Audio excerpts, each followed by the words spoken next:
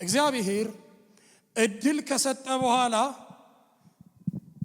ያያል፣ ይጠብቃል፣ ይከታተላል። ሰጥቻለሁ ብሎ ዞር አይልም። አይኑ እዛ ላይ ነው። ይጠብቃል፣ ይከታተላል።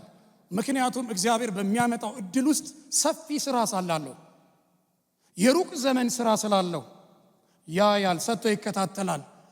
እድሉን የማንጠቀመው ከሆነ እግዚአብሔር ሌላ ሰው ስለሚፈልግ ለሌላ ሰው ስለሚሰጥ እንጂ የኛ የሚባል ንብረት የለንም።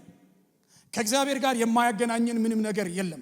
ሁሉም ከእግዚአብሔር ጋር ያገናኛል። ትምህርት፣ ስራ፣ ንግድ፣ ገንዘብ ምናምን በለው ከእግዚአብሔር ጋር የማያገናኘን ነገር የለም። ሁሉም ከእግዚአብሔር ጋር የተሳሰረ ነው የኛ ነገር። ኢዮርብዓምን እግዚአብሔር ነገረው። ከዛ በኋላ ግን ምን አለው? ዳዊት እንዳደረገው አለው። ይሄን ያለው ብትታዘዝ፣ በመንገዴ ብትሄድ፣ ስርዓቴን ብትጠብቅ አለው። በቃ ልክ እንደ ዳዊት መንግስት ያንተን መንግስት በእስራኤል ላይ ምን አደርጋለሁ አለው?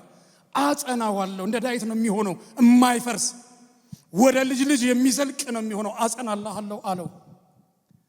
ግን እግዚአብሔር የማይቻል መርህ አይደለም የሰጠው።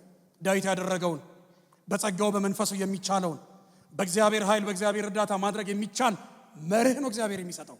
ዳዊት ስላደረገው ነው ዳዊት እንዳደረገው ያለው።